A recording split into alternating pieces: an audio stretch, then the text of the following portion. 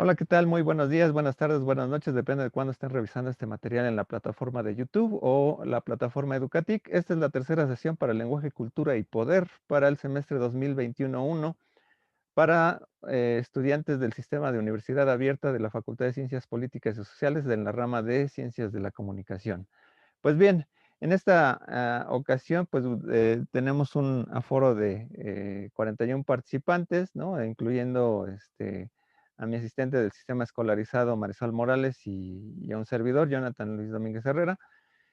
Vamos a revisar el día de hoy dos perspectivas más o menos generales sobre la lingüística y la semiótica.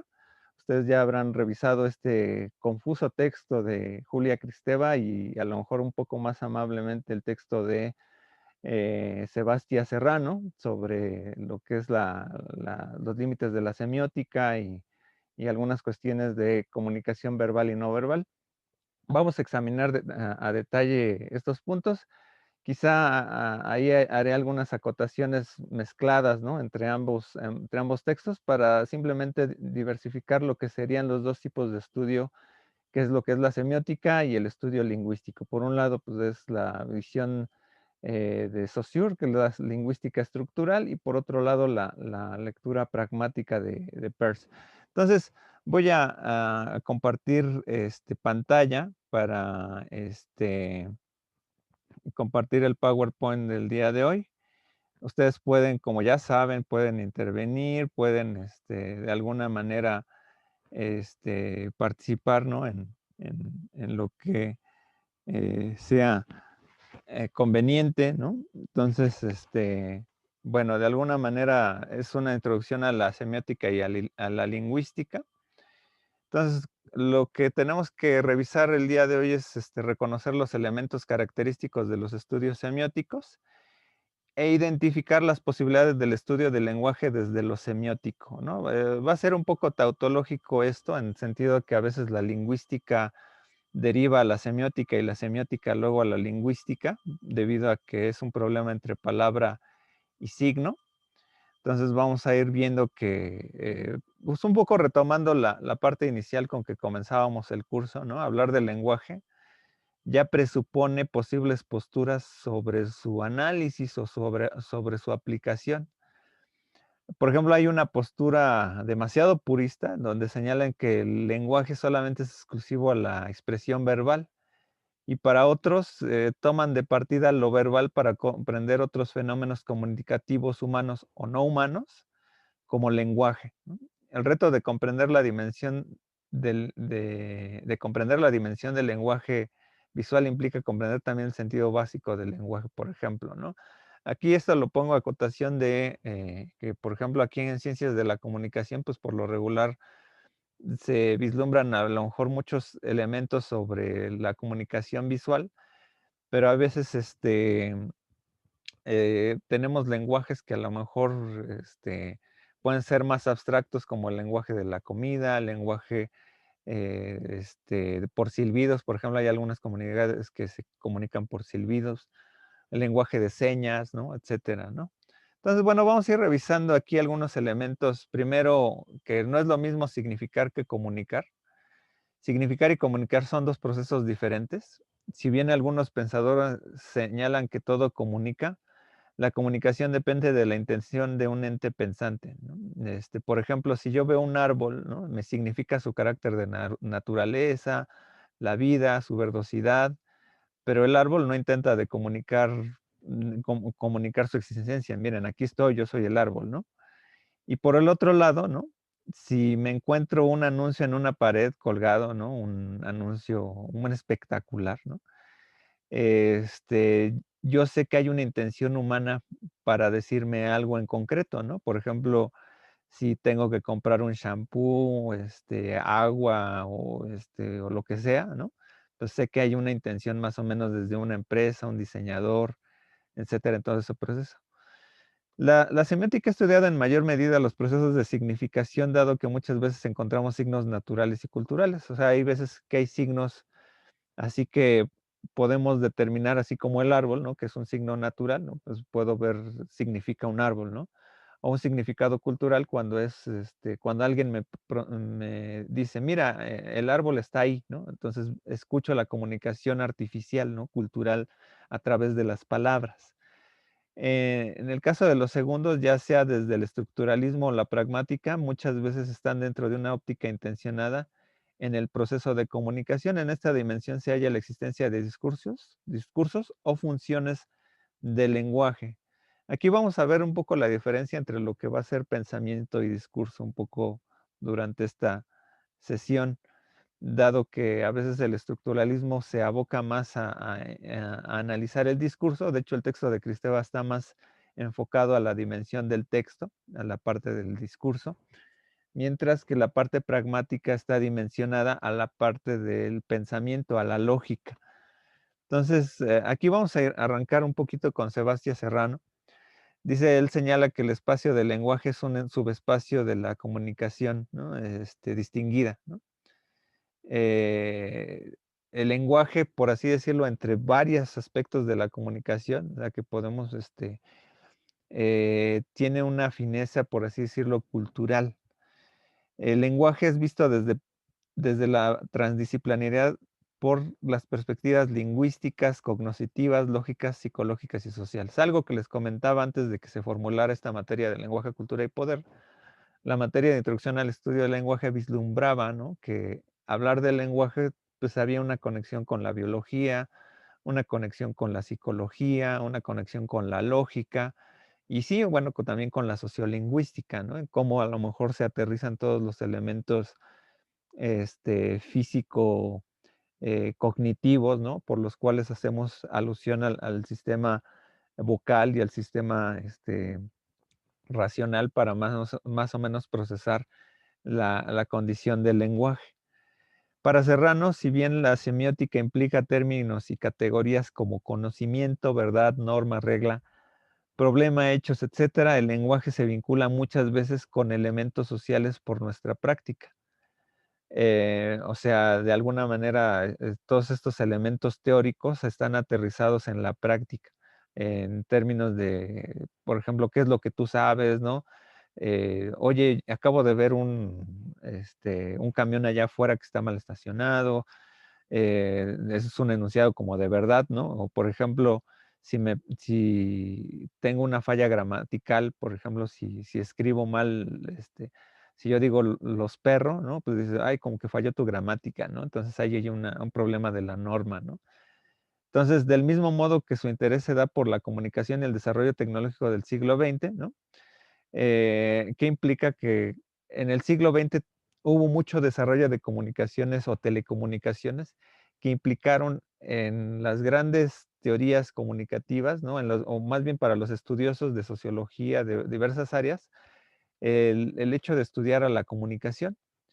Y esto no significa que antes no se hubiera estudiado, simplemente hay un auge, ¿no? Por lo cual nuestra práctica de cómo hablamos o, por ejemplo, cómo un periódico nos da una información determinada, pues se puede agarrar más fácilmente, así en términos prácticos, ¿no? El decir, mira, ahí hay un fenómeno intencionado de comunicación, hay un uso determinado del lenguaje, hay una determinación por la cual este lenguaje se escribió de esta manera, con a lo mejor con una especificidad, a lo mejor con un tono, ¿no? Irónico, esta noticia, etcétera, ¿no? Y son cosas que tienen que ver con la expresión humana. Entonces, Perdón, eh, hay una participación. sí, adelante. Dicen Arturo López. Sí, sí, sí. Hola, profesor. De hecho, ahorita que está hablando eso del avance del lenguaje en el siglo XX, me Ajá. vino un texto que leí en otra materia que es sobre las ciencias sociales y las matemáticas, y nos habla justo acerca de que el estudio del lenguaje como que empezó a prosperar más por el invento de la inteligencia artificial. Hasta antes de ahí no nos fijábamos tanto en lo complicado que es el proceso del lenguaje, porque lo que queremos ahora con inteligencia artificial es tratar de imitar acciones que hacemos nosotros, como nuestra lógica, resolución de problemas y justamente la comunicación. Pero ahí fue como que cuando todo el mundo empezó a darse cuenta de lo poco que conocemos de los procesos de comunicación. Sí, esto es, supongo que lo vieron en compresión numérica, ¿no? Del Ajá, mundo. Es bien interesante esto que mencionas porque los informáticos, ¿no? Fíjense, o sea, existe la carrera de informática, ¿no? Y de alguna manera un informático trabaja con información y trabaja en cierta manera la información es un elemento clave para la comunicación. Y los informáticos trabajan con lenguajes de programación. O sea, habían lenguaje A, C, B, C, etcétera, Pascal, ¿no? Ahora hay lenguaje, el que está dominando es Python, por ejemplo. Y de alguna manera, o por ejemplo, los que se dedican a hacer páginas de internet en HTML, pues tienen una especie de sintaxis, ¿no? O sea, si pones mal un numerito, o un símbolo mal aterrizado, pues no aparece bien la configuración de la página. Entonces, de alguna manera, es muy cierto esto que dices, porque bueno, la inteligencia artificial es ya darle pie para que un sistema de datos los procese, ¿no? No solamente analice los datos, sino que los procese y que genere información a su vez, ¿no? Entonces, la inteligencia artificial está muy de lleno con una línea que vamos a ver ahorita que tiene que ver con la pragmática precisamente, ¿no? Que es la funcionalidad de los objetos en demostración de lo que, por ejemplo, nosotros conocemos. O sea, de alguna manera la inteligencia artificial o, por ejemplo, los chatbots tratan de emular cómo, por ejemplo, hablamos o copian las expresiones que tenemos nosotros, las reformulan, las organizan y de alguna manera ponen en sistema lógico lo que sería en términos de Saussure serían los sintagmas, ¿no? Por ejemplo, un orden paradigmático y un orden sintagmático en términos de la organización de las palabras. Ahorita vamos a ver un poquito de ello, pero Un ejemplo es Cleverbot, ¿no? ¿perdón? Ajá, un ejemplo de eso en cuanto al lenguaje e inteligencia sería Cleverbot, ¿no?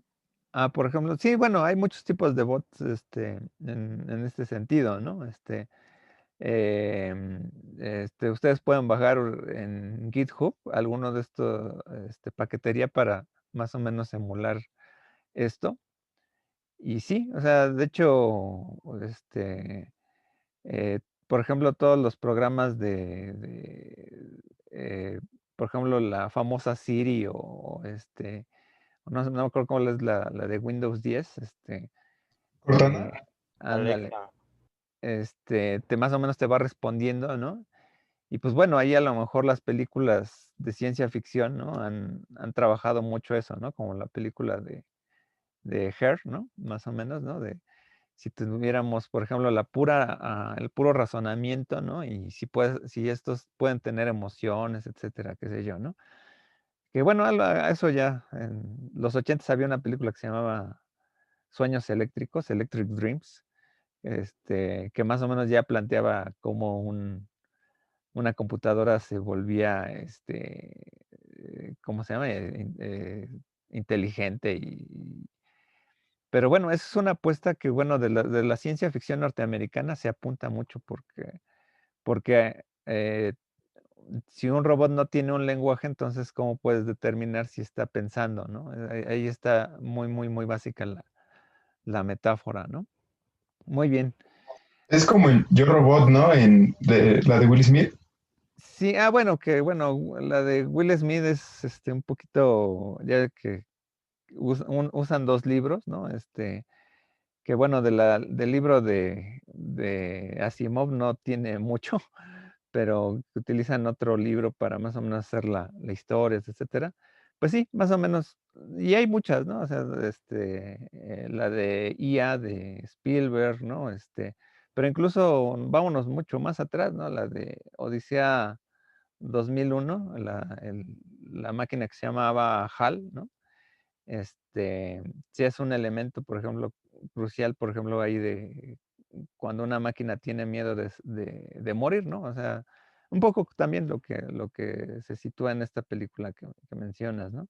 Digo, la ciencia ficción no es gratuito que en Estados Unidos se haga mucha ciencia ficción, ¿eh?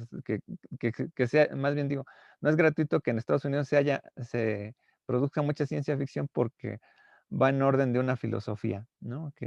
que vamos ahorita a revisar. Pero bueno, vamos a proseguir ahorita con los dominios de la semiótica.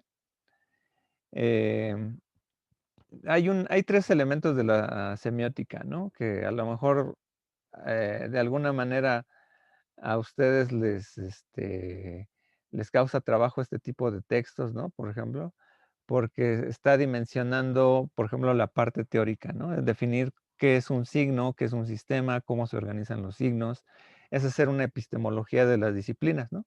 Esto también pasa con la lingüística. Hay una lingüística teórica. En la semiótica, por ejemplo, pasa un elemento que es la semiótica descriptiva, ¿no? Que es problematizar la comunicación y otros objetos de estudio, generar taxonomías, describir actos paralingüísticos y lingüísticos.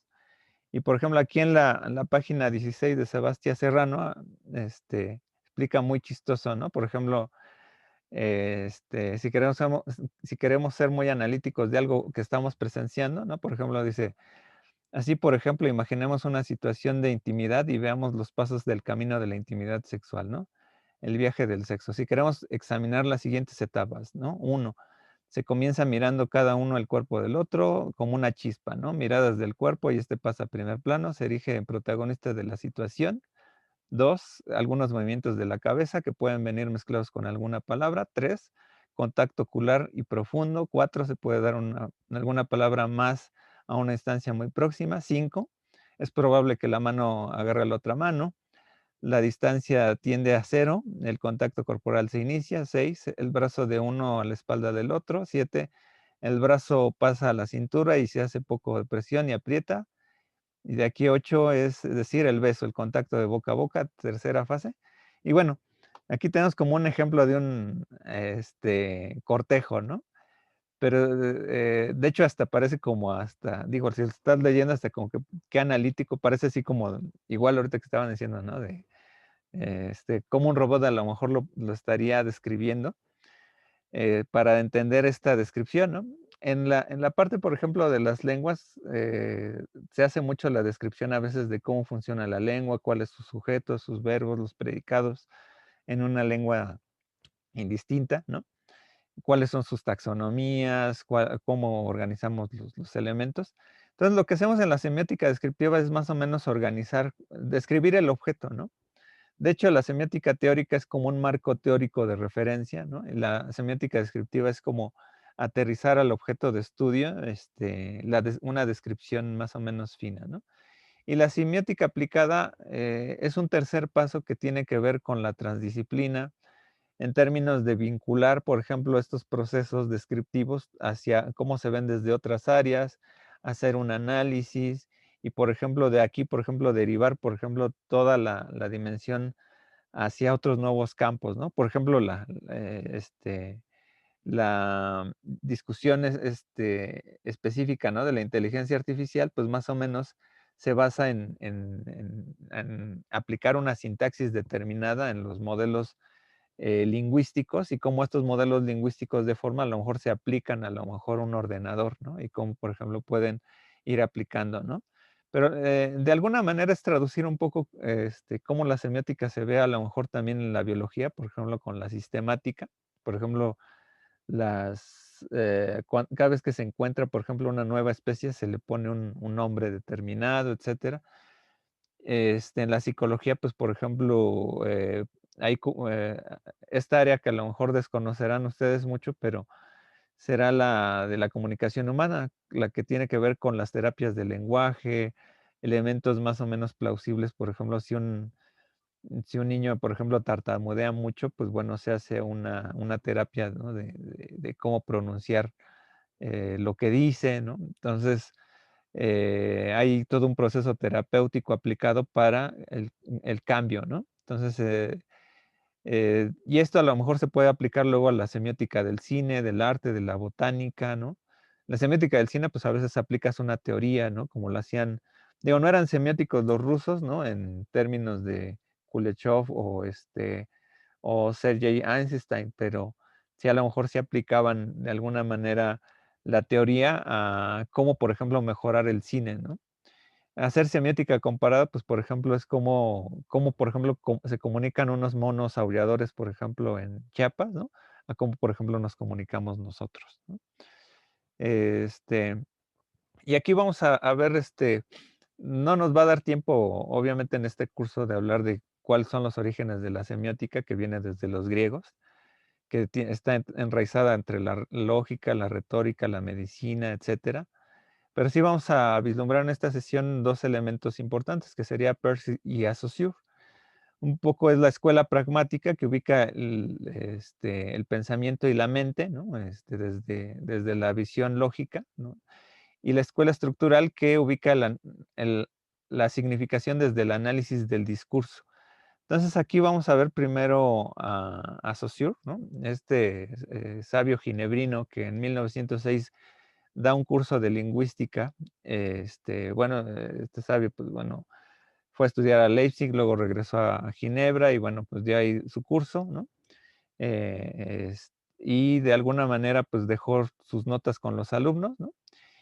Y pues bueno, se hizo todo un libro, ¿no? A partir de las notas, ¿no? Entonces él hace una relación entre lingüística y entre la lengua y el lenguaje, ¿no? Entonces ahí el lenguaje lo vincula con la lengua como un hecho social. Entonces al principio de su texto señala que es un acto social, pero más tarde al clarificar la lengua que es clasificable dentro de otros hechos humanos. No es así. O sea, lo que dice es que de alguna manera cuando habla de lengua y lenguaje es una división biunívoca, ¿no? Entre que la lengua, o sea, de hecho, un poco lo que comentaba la clase inicial, la lengua como metonimia, ¿no? Que nos permite pronunciar sonidos, queda como la langui, como palabra, es una especie de cognado. Y entonces, de ese elemento que podemos tener un idioma, ¿no? Se determina que más o menos hay otras estructuras afines, ¿no? Que tienen forma y contenido, ¿no? Por la forma puede determinar que hay una sintaxis determinada, ¿no? Y que a lo mejor, por ejemplo, el lenguaje de las señas puede tener una clarificación como entre sujeto, verbo y predicado, ¿no? Entonces, para salir del embrollo, ¿no? La lengua sí la podemos clarificar en términos verbales, pero el lenguaje, como es una expresión humana, ¿no? De alguna manera, puede haber lenguaje de señas, lenguaje de los gestos, lenguaje verbal. Entonces va a decir esta palabra que es multiforme y heteróclito, ¿no? Y va a decir que el lenguaje va a tener una parte social y otra individual, o sea, que es el sistema de la lengua o el uso de la lengua, ¿no? Que sería el habla, ¿no? Entonces, lengua y habla es la división del lenguaje para Ferdinand de Saussure. En este sentido, ¿no? Él tiene un modelo de alguna manera aquí cognitivo, ¿no? En donde implica la relación que es un sistema fónico psicobiológico, debido a que, por ejemplo, pronunciamos sonidos físicos, ¿no? Viajan las ondas del sonido, ¿no? Y las escuchamos por el oído, pero después del oído pasan por el cerebro y procesamos la información. Ese proceso de información hay un concepto y una imagen acústica, o sea, lo que decimos está conducido arbitrariamente. Por ejemplo, si yo digo la palabra mesa, a lo mejor cada uno puede identificar personalmente una mesa, ¿no? En particular, una mesa café, una mesa de madera, una mesa de metal, etcétera, pero es un concepto que está encerrado en la imagen acústica, ¿no? O sea, más o menos es cuando yo pronuncie la mesa, ¿no? Al oyente, él quizá pueda pensar en la mesa que él quiera, pero si yo digo la mesa tiene un vaso de flores, ¿no? Cada elemento sustancial como mesa y flores podrán pensar lo que sea, pero hay una relación verbal ahí. Entonces ahí hay un proceso físico-biológico en donde, por ejemplo, hay un modelo colectivo que implica que nosotros hablemos en una perspectiva de institución social a la lengua, ¿no? Si uno no habla la lengua, o sea, si tú comienzas, si tú te vas, por ejemplo, a China, ¿no? Y no sabes chino, ¿no? Entonces tú escuchas a los demás, entonces como que te apartas, ¿no? Porque no puedes integrarte. En el caso de aprender la lengua, entonces te integras, entonces ahí aprendes las reglas del modelo colectivo, ¿no? Y ¿qué es lo que pasa, por ejemplo, cuando nosotros aprendemos a hablar? Aprendemos a hablar a partir de oraciones que nos dan las personas. Y las personas más o menos nos vamos formando, por ejemplo, con las frases que acuñamos desde casa. Sin embargo, hay una particularidad en que después desintegramos esas palabras que escuchamos y podemos armar nuevas frases. Ese es el carácter del habla, ¿no? Entonces, el modelo colectivo, ¿no? de la lengua es que 1 más 1 siempre va a dar una unidad. Y entonces, y el habla a lo mejor que sería la parte idiolectal, ¿no? De cada uno cómo se expresa de alguna manera va a estar implicado a lo mejor tu creatividad en determinar qué es lo que hablas, ¿no? Entonces hay un sistema y una lengua y hay un habla, ¿no? Hay un uso de la lengua y hay una lengua institucionalizada.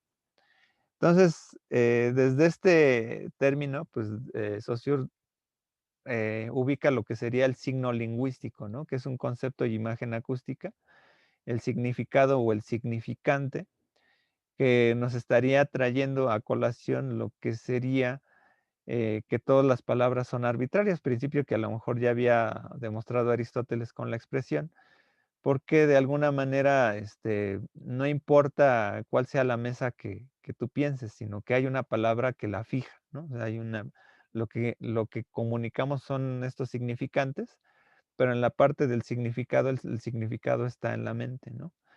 Entonces, el como intervenimos a través de las dimensiones de las palabras, ¿no? Eso es lo importante, o sea, tenemos una relación, más o menos cuantitativa a través de las palabras, porque eso lo podemos de alguna manera como intercambiar, ¿no? De aquí, encuentra 2 principios, ¿no? Saussure, que es el lenguaje es, arbitrario y lineal. Por ejemplo, nadie puede pensar en 2 palabras al mismo tiempo, ¿no? Que son como una especie de trenecito. O sea, dices: "La casa está, en la colina", ¿no? Pero no puedo decir, al mismo tiempo la y y luego casa, ¿no? O sea, tengo que tengo que pronunciar primero la y después casa, ¿no? No puedo pronunciar al mismo tiempo la y casa, ¿no? Entonces, tiene un orden lineal, o sea, tiene un orden, de tiempo y espacio definido. En este sentido, ¿no? Saussure lo que va a estudiar, o se va a dar cuenta, ¿no? Que la lengua puede transformarse, que ese es el principio de mutabilidad, y el principio de inmutabilidad es cuando, por ejemplo, tratamos de que la gramática, no se modifique mucho, ¿no? O sea, por ejemplo, ¿qué es lo correcto de decir? Por ejemplo, cuando nos comunicamos en un texto, escolar o académico, pues que no tenga faltas de ortografía, que más o menos estemos respetando las reglas de la lengua. Entonces, en esa parte, lo que tendemos es a buscar la inmutabilidad, que trate de cambiar lo menos posible la lengua, ¿no? Pero a su vez, la cultura hace que esto se transforme, ¿no? Esto traducido, ¿no? La inmutabilidad y la mutabilidad quiere decir que de alguna manera, ¿no? Eh, la inmutabilidad son simultaneidades, ¿no? Que más o menos ocurren en el sistema de la lengua en un tiempo y espacio definido. Y que la mutabilidad se da un eje de sucesiones a lo largo del tiempo, o sea, se va transformando. Por ejemplo, en algunos pueblitos todavía dicen ancinas, ¿no? Pero eh, así es, ¿no? Por ejemplo, ¿no? Que es un poco la dimensión de cómo las palabras van transformándose a lo largo del tiempo. Entonces, esto lo determina Saussure como lo que sería el eje de la diacronía y la sincronía. Saussure va a determinar que la particularidad que se debe de estudiar es la sincronía en el tiempo y espacio definido, ¿no? O sea, cómo se habla la lengua en un tiempo y espacio definido, y lo que sería la sincronía, a evitar la transformación que sería la parte diacrónica, ¿no? Entonces, como ven, ya tenemos aquí varias dicotomías: significado, significante, lengua y habla, inmutabilidad, inmutabilidad, diacronía y sincronía, ¿no? Y todo lo está acomodando en dicotomías, Saussure. De hecho, por aquí cierro con la última, que sería el paradigma y el sintagma, ¿no? Hace unos 3 años salió un video de un viejito que estaba tratando de estudiar, más bien de ejemplificar cómo se hace un reggaetón, ¿no? Y daba un orden de palabras donde las cuales tú puedes construir tu frase, ¿no? Por ejemplo, aquí, bebé, yo quiero amarte suave toda la noche sin compromiso, ¿no? Por ejemplo, es una combinación, o mami, yo voy a ligar rápido toda la noche sin anestesia, ¿no? Este, lo que tiene aquí es que nosotros cuando hablamos, es lo que está ejemplificando el Daddy Melquiades, ¿no? Cuando está componiendo esta melodía, es que tienen en el eje vertical lo que se llaman paradigmas. O sea, hay palabras que más o menos podría intercambiarse para generar una oración. Yo quiero, yo puedo, yo, bueno, no sé, yo voy, o por ejemplo en otro cuadro, ¿no? Suave, lento, rápido, fuerte, ¿no? Son grupos semánticos que tienen una relación en términos de que yo podría construir una frase con ellas, ¿no? Entonces, lo que tiene aquí en el eje vertical son los paradigmas. Un paradigma es un modelo del cual yo puedo agarrar elementos. Y en el nivel horizontal, yo tengo lo que serían los sintagmas, ¿no? O sea, es cómo queda como resultado la oración que yo escogí. Entonces, princesa, yo puedo ligar fuerte todo el día, face to face, ¿no? Entonces, eso ya sería un sintagma, ¿no? Entonces, a nivel horizontal es esto, ¿no?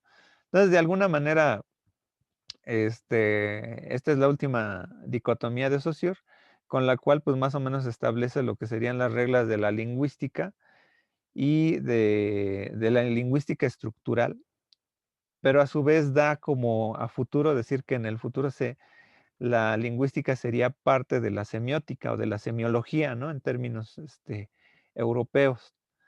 Y entonces, ¿qué es lo que pasa más o menos en el mismo siglo XIX en la otra parte del continente? Es a Peirce, ¿no? De hecho, se darán cuenta que, bueno, yo utilizo mucho esta animación, ¿no? Al inicio de las clases, pues viene de Peirce, porque Peirce era un químico. Era un químico que decía que nuestra manera en que pensamos las cosas son como compuestos químicos. Entonces, de alguna manera, estos elementos se tienen que separar, o entendemos la separación de los átomos a través de esa separación. Entonces, él de alguna manera tiene este modelo de lo que sería el representamen, objeto y interpretante, que es un modelo triádico, que de alguna manera aquí enfocado, ¿no? Son 3 elementos, ¿no? O son 3, es una totalidad que se separa según su concepto, es un signo, es algo que significa algo para alguien, ¿no? Entonces, un signo es algo, esa es la primeridad. Luego una especie de segundidad es algo que representa algo, o sea, algo que está delante de algo, o sea, no es algo que no es la realidad. Si yo, por ejemplo, veo la pintura de un árbol, ¿no? No estoy viendo al árbol, estoy viendo la representación del árbol, ¿no?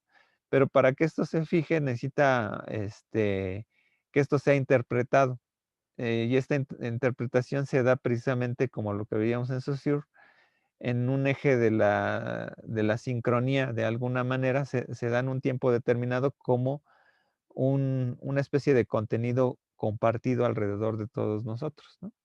Entonces, de aquí, bueno, esto va a estar muy conectado con el famoso Trivium, que es un estudio del lenguaje medieval y antiquísimo desde los griegos, ¿no? Que son 3 elementos que sería la gramática, la lógica y la retórica. Para lo que va a decir Peirce, es que un sinónimo de semiótica va a ser lógica. Entonces, de alguna manera, lo que está planteando es que entre la gramática y la retórica, ¿no? Está la manera en que más o menos nosotros nos conducimos a pensar coherentemente, ¿no? Entonces dice que el objeto de la semiótica es la semiosis. O sea, ¿qué pasa aquí para Peirce? Que a diferencia de Saussure, se da cuenta que los signos se van transformando unos con otros, ¿no? O sea, yo, por ejemplo, puedo ver una botella de agua, ¿no? Que me la dan en una conferencia y puedo significar, eso sirve algo para saciar mi sed. Pero inmediatamente después puedo pensar, esta botella que me dieron fue para que fue un gesto de amabilidad. Entonces significan dos cosas, ¿no? Significa para beber agua y es un gesto de amabilidad por parte como una cortesía. Entonces, cada significado tiene entonces ahí rompe la parte sincrónica, ¿no? Del interpretante y parte a una semiosis infinita, ¿no? O sea, ¿qué es una semiosis infinita?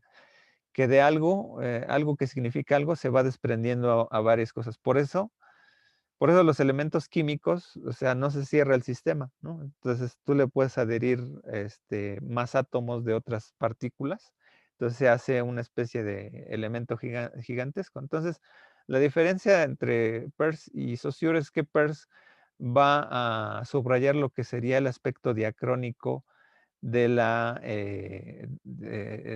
signo. Entonces, él dice que hay tres tipos de interpretante, ¿no? Un interpretante inmediato, algo que puede significar, no sé, por ejemplo, la botella. El significante dinámico, como por ejemplo yo puedo pensar lo que yo quiera respecto puede ser la amabilidad, etcétera. Y el interpretante final, que es la botella que significa la amabilidad y para que yo sacie mi sed, ¿no? Por así decirlo, o puede incluso ser un acompañamiento de marca del patrocinador que está promocionando su marca en el evento. Y entonces, de alguna manera, el objeto del estudio de la semiótica para Peirce va a ser lo que es la semiosis, ¿no? Luego, él juega mucho con una parte que serían los tres elementos, que sería la abducción, la inducción y la deducción, como los tres elementos con los cuales nosotros generamos conocimiento. De aquí, de esta manera, estamos implicando lo que sería los modos de razonamiento aristotélico. Aristóteles privilegiaba lo que era la deducción. Él decía que, por ejemplo, la deducción siempre nos iba a permitir tener conocimiento concreto sobre algo y que de alguna manera este conocimiento exacto estaría dado por términos de extensión. ¿Qué quiere decir esto? Que si yo, por ejemplo, aplico todos los hombres son mortales, Juan es hombre, ¿no? Por lo tanto es mortal, ¿no? Eso lo aplico como un aspecto deductivo, ¿no? De lo general a lo particular. Y de lo particular a lo general, lo inductivo por lo regular es un carácter muy, muy, muy, muy problemático para generar conocimiento porque tú no puedes sumar a todas las personas que son hombres y determinar, por ejemplo, si en todas las personas se cumple el principio de que además sean mortales, ¿no? O sea, a lo mejor se da por recurrencia, ¿no? De alguna manera existió ese postulado base, pero para un razonamiento coherente, ¿no? O sea, por ejemplo, un buen ejemplo es decir, ¿no? Cuando dices, todos los hombres son iguales, ¿no? O todas las mujeres son iguales, ¿no? Sí, pero no has estado con todas las personas en todo el mundo, ni todos los hombres, ¿no? Ah, bueno, entonces puedo decir todos los hombres de la Facultad de Ciencias Políticas y Sociales, ¿no? Pero no has estado con todas las personas de la Facultad de Ciencias Políticas, ¿no? Bueno, todas las personas del Salón 004, no, pero no has estado con todas las personas del grupo 004, ¿no? Bueno, estuve con fulanito y menganito, ¿no? Entonces mi universo nada más son dos personas. Entonces ahí es un campo inductivo estadístico, ¿no? Solamente en esas dos personas tienen características afines. Y eso se cumple mucho a veces en el estudio sociológico, porque lo que se hace en los estudios sociales es centrar, por ejemplo, el conocimiento a un campo determinado que yo tenga, por ejemplo, la sociedad se comporta de tal manera, pero tomando en cuenta mi estudio estadístico del pueblito tal, en tal fecha y tal fecha, ¿no? Y se hizo una inducción estadística de tantas personas, esta dimensión de un estudio, por ejemplo, analítico, ¿no? Entonces ahí viene esta dimensión que sería lo empírico analítico, ¿no? A partir de lo inductivo, pero cerrándolo como un universo, ¿no? Y por último está lo que sería la abducción, no es más que una hipótesis, es un sinónimo de hipótesis. ¿Qué quiere decir? Que este modo de pensamiento o de razonamiento es sin tener la realidad tal cual, ¿no? O sea, por lo regular de las oraciones de la inducción y la deducción partimos de los enunciados a comprobarlos desde la realidad, ¿no? Y la abducción es un pensamiento de la mente a la oración. O sea, es lo que podría ser posible. O sea, es aventarme un resultado sin ser verificado, ¿no? O sea, de alguna manera, eh, eh, tenía un ejemplo Peirce, ¿no? Por ejemplo, dice, yo agarro, por ejemplo, una papa de una bolsa, ¿no? De un costal, ¿no? Y dice, estas papas son blancas, ¿no? Entonces, mi hipótesis sería, ¿no? Que todas las papas de esa bolsa serían blancas, ¿no? Ya si yo quisiera hacer un aspecto inductivo, sería sacar papa por papa, ¿no? Pero de alguna manera en un aspecto deductivo pues, sería sacar, poner clasificar las papas en sus colores, ¿no? Y plantear pues que cuáles realmente son blancas, ¿no? Y verificar. Entonces, de alguna manera, lo que es la abducción es generar hipótesis, ¿no? Entonces, a partir de estas hipótesis viene unos términos que son primeridad, secundidad y terceridad. Esto lo van a ver un poquito más a detalle en tercer semestre, pero es para más o menos indicar que, bueno, Peirce se mete mucho a lo que sería la lógica. O sea, son estudios lógicos, ¿no? Mientras el estudio de Saussure está más enfocado a la lingüística, el estudio de Peirce del signo está enfocado a la lógica. Eso es un poquito. Entonces, luego hace una clasificación de tipos de signo, que son estos 9, ¿no? Que hay cualisigno, sin signo, legisigno. Los más conocidos son el icono, el índice y el símbolo, el rema, el disente y el argumento, ¿no? Pero, por ejemplo, el símbolo era una palabra que no quería utilizar mucho Saussure. Y es interesante porque, bueno, decía que el símbolo podía ser suplantado por otra cosa. Entonces, lo que pasa, por ejemplo, con el símbolo para Peirce es que el símbolo para Peirce puede ser una palabra porque es un aspecto convencional, ¿no? O sea, ¿qué es lo que pasa con los símbolos que luego vemos, ¿no? Por ejemplo, dices una suástica, ¿no? A lo mejor antiguamente en una convención antigua, pues significaba la espiritualidad. En una convención del siglo XX, pues convenciona pues, al nazismo, ¿no? Pero es en un tiempo y espacio definido, ¿no? Pero una palabra, de alguna manera, los elementos con los cuales está escrita, pues es una especie de convención. Entonces, aquí vamos a ver como que algunas paridades, bueno, entre algunos conceptos. Digo, a lo mejor esto lo van a abordar mucho más fácil en tercer semestre. Entonces, ya después por ahí, las divisiones de la semiótica se implicaron de acuerdo a un psicólogo norteamericano. Bueno, era ingeniero y luego se metió a la psicología. Entonces dijo que las grandes divisiones de la semiótica sería la sintáctica, la semántica y la pragmática, ¿no? La sintáctica como la relación entre los signos y otros signos, la semántica como la relación con sus significados, sus objetos, y la pragmática como la relación de los signos con cómo se usan estos, ¿no? Entonces, bueno, aquí un poco para aterrizar desde donde estaba hablando esta Julia Kristeva, ¿no? Dice el texto y el semanálisis, ¿no? Aquí ya entramos un poco de lleno a esta dimensión que lo que está tratando de desmenuzar es que el texto, de alguna manera, cuando nos enfrentamos a un texto escrito, ¿no? Lo que estoy tratando es desmenuzar cuáles son sus propiedades, son las estructuras con las cuales más o menos se integra, ¿no? Entonces, de alguna manera, este semanálisis es como una especie como de decir psicoanálisis, ¿no? En que estamos deconstruyendo al texto, ¿no? Luego por ahí había un autor que se llama Roland Barthes, que vamos a revisar un texto de él en este curso, pero él decía que la semiótica es una especie de artrología. Una artrología es una ciencia que estudia las articulaciones, ¿no? O las conexiones entre los huesos. Entonces, lo que hace la artrología como una ciencia, una gran ciencia, sería separar las cosas, ¿no?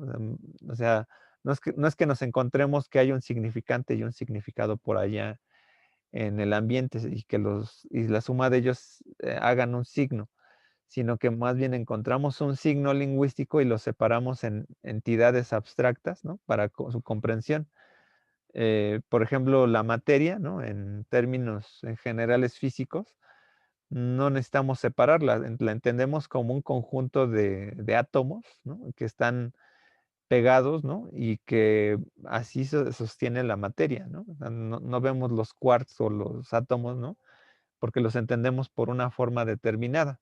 Entonces, lo que importa ahí más o menos es entender cuál es la estructura, ¿no?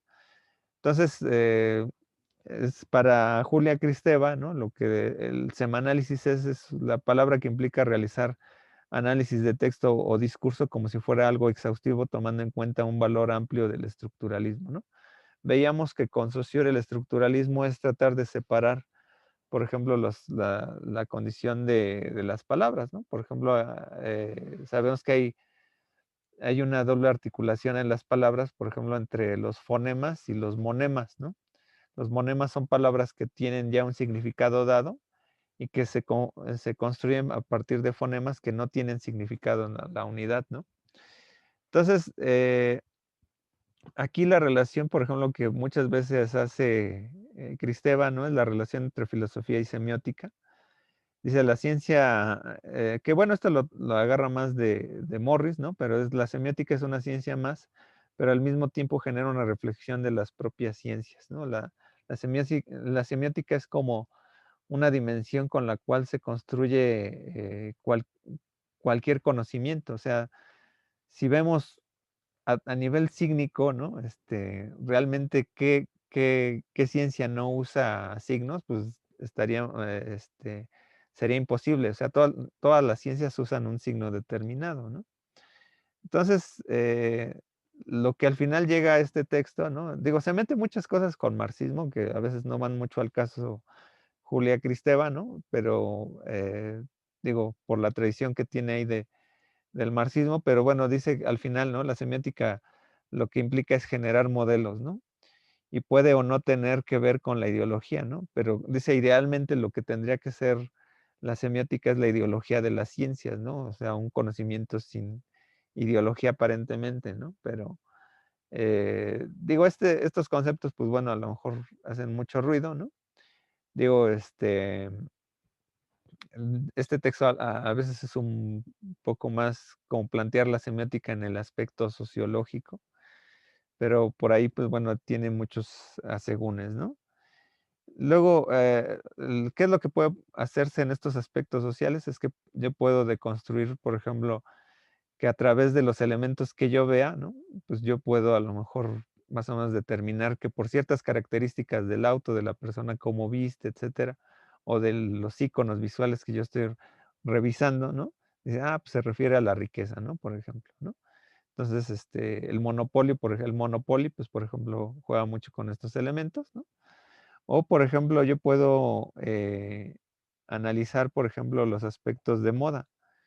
Bueno, o aspectos literarios, por ejemplo, puedo entender, por ejemplo, cómo se deconstruye un texto literario, ¿no? Cuál es la narrativa, el principio, el orden, el arranque, el desarrollo, el final, etcétera, cómo deconstruir descriptivamente el estudio. Puedo estudiar aspectos lógicos, ¿no? Por ejemplo, puedo más o menos estructurar, por ejemplo, cómo la matemática genera el valor de sus símbolos, ¿no? Entonces, por ejemplo, digo, hay muchos, ¿cómo se llama? Especies de acertijos, ¿no? Por ahí en internet, como donde yo trato de buscar cuáles son los valores lógicos de cada elemento, ¿no? Digo, luego les paso la presentación, ya luego lo revisan.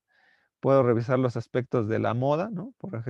Respecto a los elementos con los cuales yo, por ejemplo, qué tipo de zapatos, qué tipo de pantalones, qué tipo de camisa, de blusa, y más o menos determino un orden más o menos de la moda, que esto de alguna manera lo estudió Roland Barthes a nivel translingüístico, y translingüístico significa que aunque veamos signos que son visuales o de otro orden, los tenemos que traducir a palabras lingüísticas, ¿no? A palabras verbales.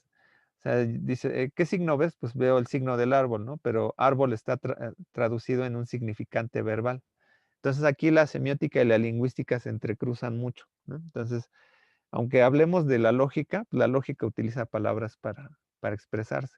Entonces, lo importante es que revisen eso, que la lingüística y la semiótica están de alguna manera conectados porque nuestro lenguaje base es la palabra, ¿no? Y la otra cuestión es que la dimensión cultural nos implica a dimensionar cuáles son los usos, por ejemplo, de esos signos en la vida cotidiana y a través de esos usos sociales podemos ejemplificar o significar algo, ¿no? Entonces, finalmente llegando aquí a la parte del lenguaje y semiótica, ¿no? Pues nos va a dar Serrano algunos elementos de lo que sería los valores, ¿no? Cuáles son los elementos que tiene la comunicación verbal, ¿no?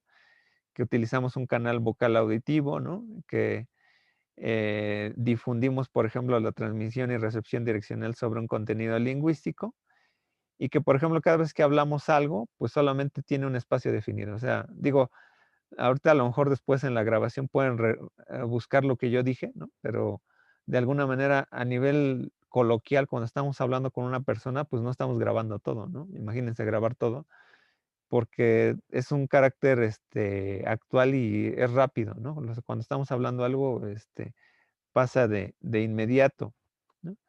Eh, Hay una especialidad fonética, ¿no? Y eso implica lo que sería un carácter discreto, ¿no? De las unidades comparadas. Por ejemplo, la P y la B, ¿no? La pronunciación, ¿no? Entonces, cuando yo digo una torta eh, eh,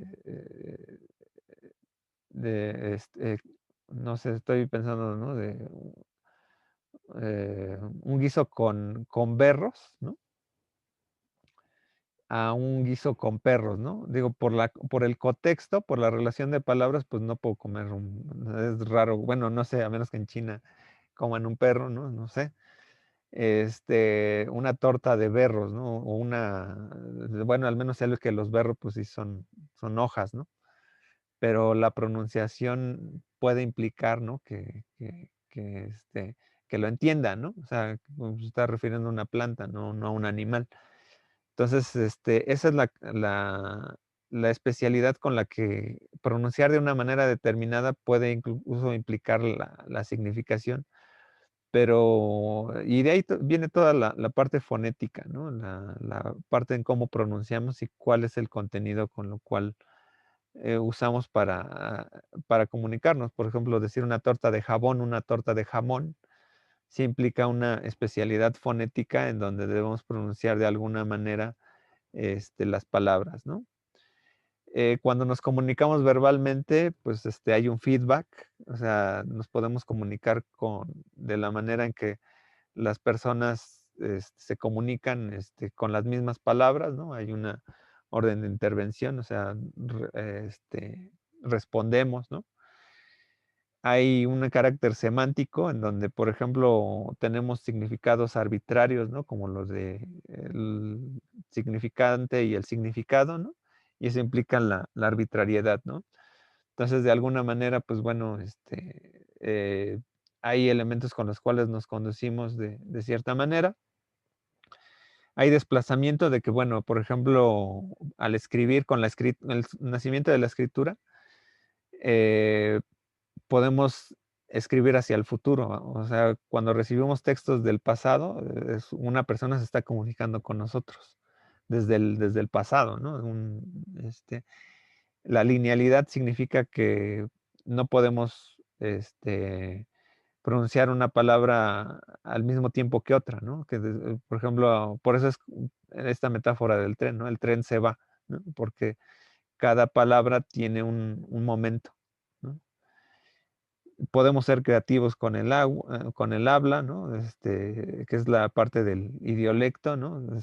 Aunque respetamos un sistema de signos, podemos más o menos intentar, por ejemplo, dar un orden específico a mis palabras. Ese orden sintáctico ya está legislado por la lengua, pero yo puedo pensar en o sea, puedo construir oraciones, ¿no? Creativamente. La tradición cultural, pues significa que, por ejemplo, hay significados que solamente se dan en tiempo determinado, como la quesadilla sin queso, por ejemplo, pues es al final es un significante arbitrario, ¿no? Así como la palabra salario, a nadie nos pagan con sal, ¿no? Entonces, salario te pagan con dinero, ¿no? Pero no nos ponemos así bueno, así como la quesadilla debe tener queso, pues bueno, simplemente es una arbitrariedad y ya se quedó así, aunque no tenga queso, ¿no? La doble articulación, precisamente aquí es el carácter en que cada vez que separamos una palabra, pues tiene un carácter eh, fonémico sin significado, ¿no? Entonces, o cualquier palabra, ¿no? Palabra, ¿no? Entonces, cuando ya tenemos la palabra como unidad monémica de significado, funciona, pero esta la separamos en una segunda articulación, que sería las sílabas, ¿no? Pero esas sílabas no tienen ningún significado, ¿no? O, bueno, a menos que esté en un contexto, ¿no? De papá, ¿no? Pero la, bra, por ejemplo, el bra, pues, no significa como tal nada, ¿no? En palabra, ¿no? La disimulación, que es que, por ejemplo, yo puedo decir cosas imaginarias que se me ocurran con la palabra, ¿no? Por ejemplo, ayer vi un dragón, ¿no? En mi sala, ¿no? Y pues, bueno, ¿qué habrá querido decir? Pero con la palabra, sintácticamente está bien escrito, gramaticalmente bien, pero puedo hacer lo que es la disimulación con las palabras. Podemos mentir incluso, ¿no? Esa es la parte de la disimulación. Podemos reflexionar con nuestras palabras. Esta es la relación entre pensamiento y lenguaje. Podemos traducirlo a otras lenguas, ¿no? Otros idiomas, ¿no? Podemos argumentar con la lengua verbal. Podemos aprender con la lengua verbal. Y lo anterior implica diferencias humanas, ¿no? El lenguaje verbal sí que es único y específicamente humano, ¿no? Entonces, no se ha conocido todavía alguna raza de animal o una especie animal que hable, ¿no? De esta manera, ¿no? Aunque por ahí hay ejercicios teóricos, ¿no? En donde a lo mejor los chimpancés sí pueden a lo mejor entender, etcétera, pero la capacidad vocal a lo mejor es distinta, ¿no? Y solamente se presta a lo que serían analogías. A ver, adelante, Ángel Padilla. Sí, por ejemplo, ¿qué pasa entonces con la parte del lenguaje inclusivo? ¿Se hace de manera oficial, no oficial, Oh, o solamente queda ahí? ok, hasta el momento todavía no obedece al sistema de la lengua. El lenguaje inclusivo es una minoría todavía, en donde todavía el hecho que digas todes, por ejemplo, y la persona pues, dice, no sé por qué dijo todes, ¿no? O sea, mientras todavía hayan personas que no identifiquen el lenguaje inclusivo con ello, todavía no pasa a la determinación de la lengua. Finalmente, lo que hace la Real Academia de la Lengua cuando determina que sí es posible de usar una palabra o no, significa que eh, ya una comunidad más o menos establecida ya se habla, ¿no? En función de que a lo mejor el lenguaje inclusivo está determinado por una comunidad, simplemente lo podríamos decir que es un argot o una especie como de idiolecto todavía, ¿no? En cual todavía no se ha sistematizado a través de la relación total, ¿no? Sí va a haber a lo mejor Entonces ajá. va a haber algún momento en que a lo mejor forme parte de la lengua, pero ahorita no. Entonces el hablar de esa manera se puede decir que es expresarse de manera incorrecta. Todavía sí. O sea, hasta que no exista el reconocimiento institucional, Oficial. pero más que institucional, no me refiero a la Real Academia, ¿no? Me refiero al total de la sociedad, ¿no?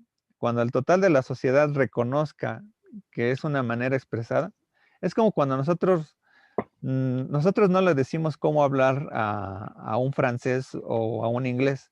Reconocemos que tienen una operatividad en su lengua. Cuando la totalidad de las personas más o menos reconozcan que este lenguaje tenga una operatividad y que significa algo, pues es cuando va a ser parte del sistema de la lengua. Ahorita está en proceso como de idiolecto. Es como cuando es como cuando se quería institucionalizar, si quisiéramos institucionalizar el lenguaje, por ejemplo, de los chicanos, por ejemplo. No, ok. Sí, a ver, Bruno Miranda creo que tiene por ahí levantada la mano. Sí, bueno, lo que quería agregar era que justo lo que dijo que no era correcto por la falta de institucionalización del lenguaje inclusivo, sino que lo que leí era que la sociedad iba modificando su lenguaje conforme las necesidades que se le iban ofreciendo, ¿no? O sea, por ejemplo, en este caso, querían incluir sin necesidad de marcar un género y se creó esa como alternativa y pues con el paso del tiempo puede que se vaya aceptando, ¿no? Claro. Lo que debemos de tomar en cuenta que aún así, o sea, aún así el TODES surge de un convenio muy particular, ¿no? Porque yo podría decir, ¿por qué no usaron TODUS, ¿no? Por ejemplo, ¿no? ¿Por qué el TODES, ¿no? O sea, ¿por qué determinaron que, que una vocal determine el género neutro, ¿no?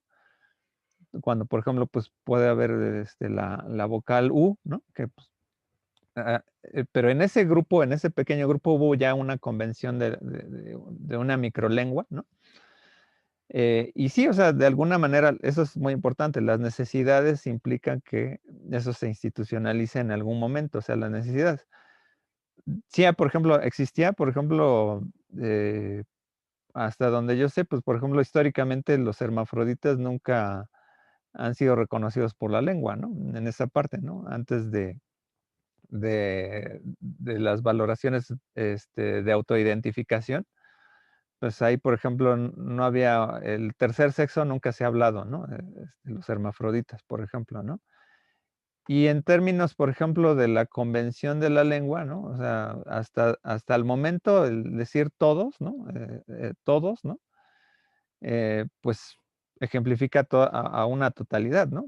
Entonces, que unas personas ahorita lo estén determinando de alguna manera, ¿no? Como tratar de romper ese vínculo, tiene que ir precisamente con el uso, no con el decir, no es que así se debe decir, ¿no? Cuando ya la gente lo use, pues finalmente va a estar ahí establecido como el reconocimiento social, ¿no? Hasta el momento está en un proceso, no sé en qué acabe, pero por ejemplo, en el siglo pasado se trató de hacer un lenguaje universal que era el esperanto y pues no, nunca trascendió, ¿no? Pero sí son de estas condiciones que dices, pues bueno, ¿para dónde, no?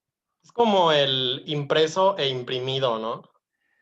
Bueno, por ejemplo, ahí en el participio, ¿no? O sea, por convención, o sea, por ejemplo, cuando el niño dice yo no sabo, su operación es lógica correctamente, ¿no?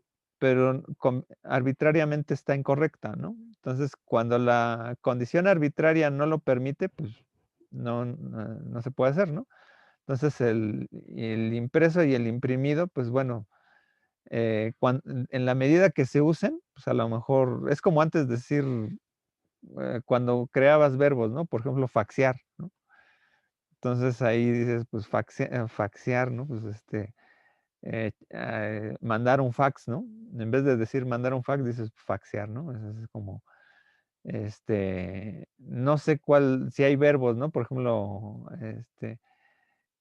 con los memes, pues luego hay muchos verbos, pero que bueno, todavía son argot muy, muy, muy particulares, ¿no?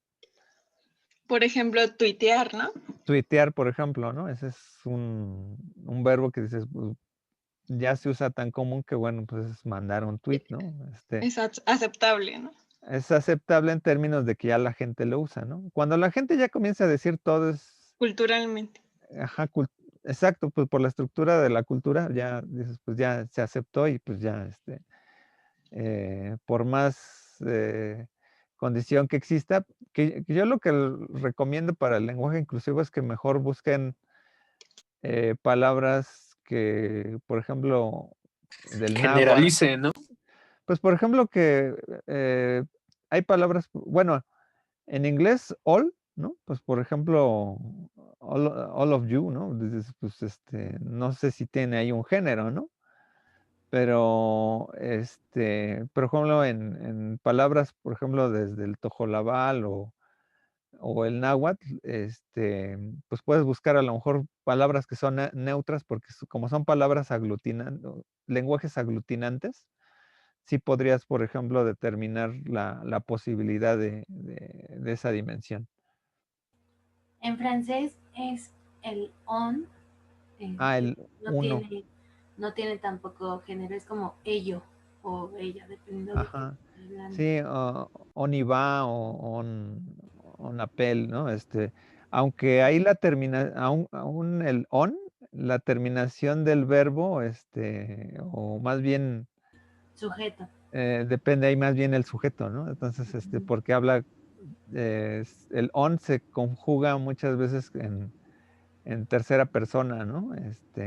Sí, va seguido, Ajá, pero forzosamente va primero antes que, ah, o sea, más que el je m'appelle, ¿no? ajá, Que es el yo, el on ajá, es como, on apel. como ello, y después tiene que ir como el objetivo del que estés hablando, el sujeto del que estés hablando, pero ya es el que le da sentido. Pero solito así no tiene Sí, género. o sea, no hay un género, ¿no? O sea, de hecho sí, o sea, sí son ejemplos que, eh, digo, o sea, realmente la conducción de la lengua, pues sí hay una teoría de Benjamin Worf, ¿no?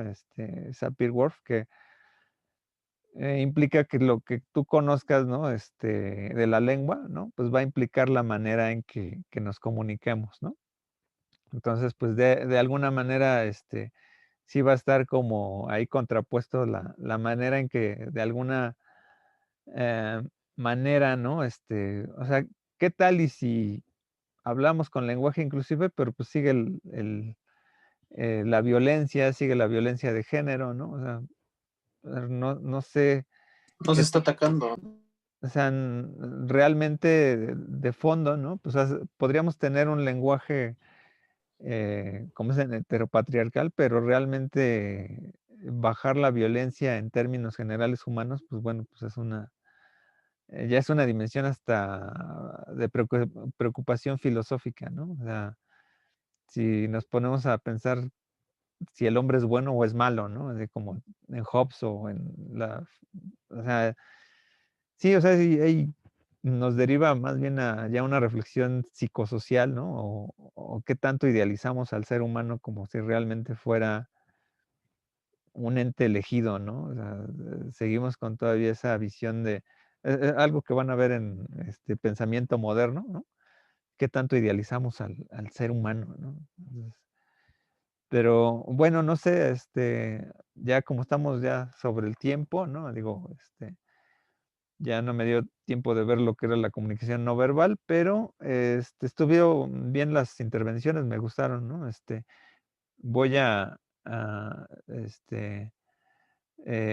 pues ya ir cerrando, entonces ahorita voy a dejar de compartir la, la pantalla, ¿no? Y y pues bueno, de todas maneras, eh, pues bueno, lo importante aquí vislumbrar es pues qué tanto esto nos deja a la reflexión, ¿no? Entonces, pues digo, es muy interesante cuando planteamos ya todo esto que están diciendo es semiótica aplicada o lingüística aplicada. O sea, puede ser ambas, ¿no? Porque es como los usuarios, bueno, un tanto descriptiva cuando más o menos determinamos una comunidad, ¿no? Que utiliza el todes, etcétera. Y luego la parte aplicada respecto de esto se puede transformar, se puede mejorar, etcétera, ¿no? Pero bueno, no sé si, bueno, ahorita algún otro comentario antes ya de cerrar. Ya son las 12:30, ¿no? Entonces, pues bueno, no sé si alguien tenga algún otro comentario. Entonces, pero muy bien por las participaciones. Voy a dejar algunas preguntas en el foro para los que no, sobre este tema, ¿no? Para los que no participaron, ¿no? Y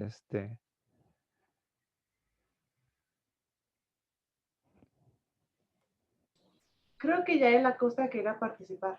a ver, adelante. No, solamente cerré mi micrófono, perdón. Ah, ok. Perfecto. Entonces, bueno, entonces con esto entonces cerramos. Muchas gracias a todos. Les agradezco por su participación, su asistencia. Y no olviden que, bueno, la siguiente sesión vamos a leer algunos textos de Mauricio Buchot, lo que es pragmática y hermenéutica. Hay 2 textos ahí ya en la plataforma que ya están abiertos. Obviamente, pues, tienen todo este tiempo para leer la lectura, ¿no? Idealmente, pues, entregar su actividad o, de tarea entregable, ¿no? Para dentro de 15 días. Y todavía esa actividad estará abierta todavía unos 15 días más para poder ser entregada, ¿no? O sea, realmente es un mes para esa actividad, pero tampoco significa que esto promueva el retardo de los trabajos, ¿no? Entonces, sin más, pues les agradezco esta sesión, pues quizá de alguna manera voy a compartir esta presentación en la plataforma para que revisen nada más los aspectos de comunicación no verbal, ¿no? Que ya eran pocos, ¿no? Pero pues les agradezco, muchas gracias y hasta luego. Profesor, perdón, Buen Sí, día. sí. tengo una pregunta de la tarea. Es que venía que los cuadros sinópticos eran de cuartilla y media. Yo los hice como en un formato de la hoja más grande que la oficio. ¿Está bien así? Mira, no importa si si se logran subir al PDF, o sea, mientras sean legibles en la plataforma, no hay ningún problema. Entonces, sí, no hay problema. Gracias. Sale. ¿Alguna otra pregunta? Pues, bueno, entonces, nos Profe, sus vemos. clases son subidas en la plataforma, ¿verdad? Sí, sí, sí. Ok. Sí están en la plataforma. Ok, gracias, profe. Ok, hasta Hasta luego. luego. Hasta luego. Hasta luego a todos. Gracias, Hasta luego, profesor. profe. Hasta luego. Hasta luego, profesor. Hasta luego, profe. Gracias. Hasta luego. Buen día. Hasta luego, Buen profe. día. Hasta luego.